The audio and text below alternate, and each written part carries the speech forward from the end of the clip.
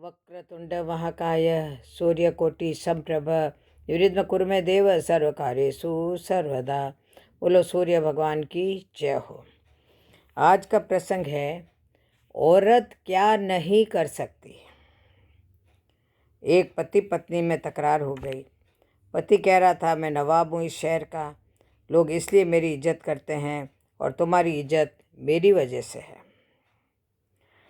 पत्नी कह रही थी, आपकी इज्जत मेरी वजह से है, मैं चाहूँ तो आपकी इज्जत 1 मिनट में बिगाड़ भी सकती हूँ और 1 मिनट में बना भी सकती हूँ। नवाब को तेश आ गया और बोला, ठीक है, दिखाओ तो मेरी इज्जत खराब करके।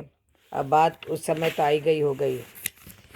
नवाब के घर शाम को महफिल जमी थी, दोस्तों की हंसी मजाक हो रहा था कि अचानक नवाब को अपने बेटे के रोने की आवाज़ आई।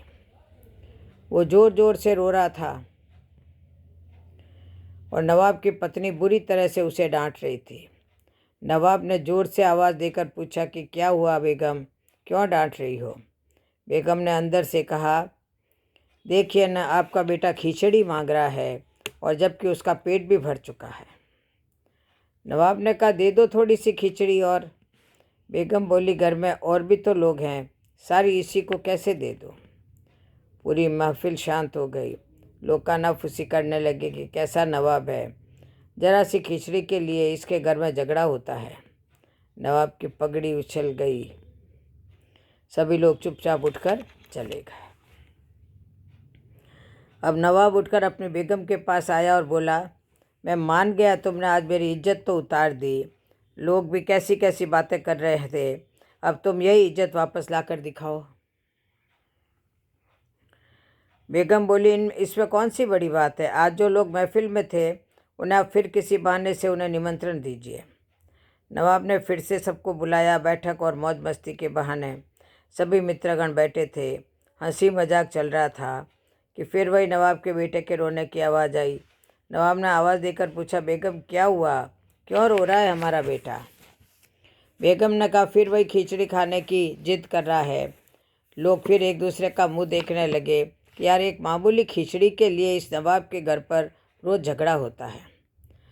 नवाब मुस्कुराते हुए बोला, अच्छा बेगम, तुम एक काम करो, तुम खिचड़ी यहाँ लेकर आओ, हम खुद अपने हाथों से अपने बेटे को देंगे, वो मान जाएगा, और सभी मेहमानों को भी खिचड़ी खिलाओ।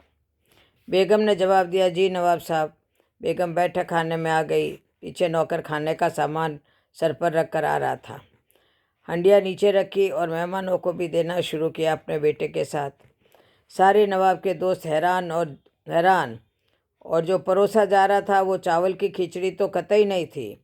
उसमें खजूर, पिस्ता, काजू, बादाम, किशमिश, गिरी इत्यादि से मिलाकर बनाया हुआ सुस्वादिष्ट व्यंजन था।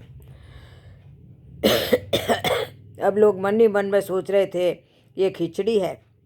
नवाब के घर इसे खिचड़ी बोलते हैं तो मावा मिठाई किसे बोलते होंगे?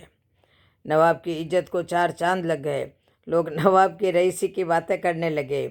नवाब ने बेगम के सामने हाथ जोड़े और कहा, मान गया कि घर की औरत इज्जत बना भी सकती है और बिगाड़ भी सकती है, और जिस व्यक्ति को घर में इज्जत हासिल नहीं हुई उसे दुनिया में कहीं इज्जत नहीं मिलेगी। सृष्टि में यह एक सिद्धांत हर जगह लागू हो जाएगा। अहंकार युक्त जीवन में सृष्टि जब चाहे हमारे अहंकार की इज्जत उतार सकती है और नम्रता युक्त जीवन में इज्जत बना सकती है। इसीलिए सभी औरतों की इज्जत करें, चाहे माँ हो, बहन हो, बेटी हो, पत्नी हो या किसी अन्य रूप में हो। सबको अब औरत की इज्जत करनी चाहिए। बोलो जय जय श्री राधे, जय जय श्री कृष्ण, जय जय श्री।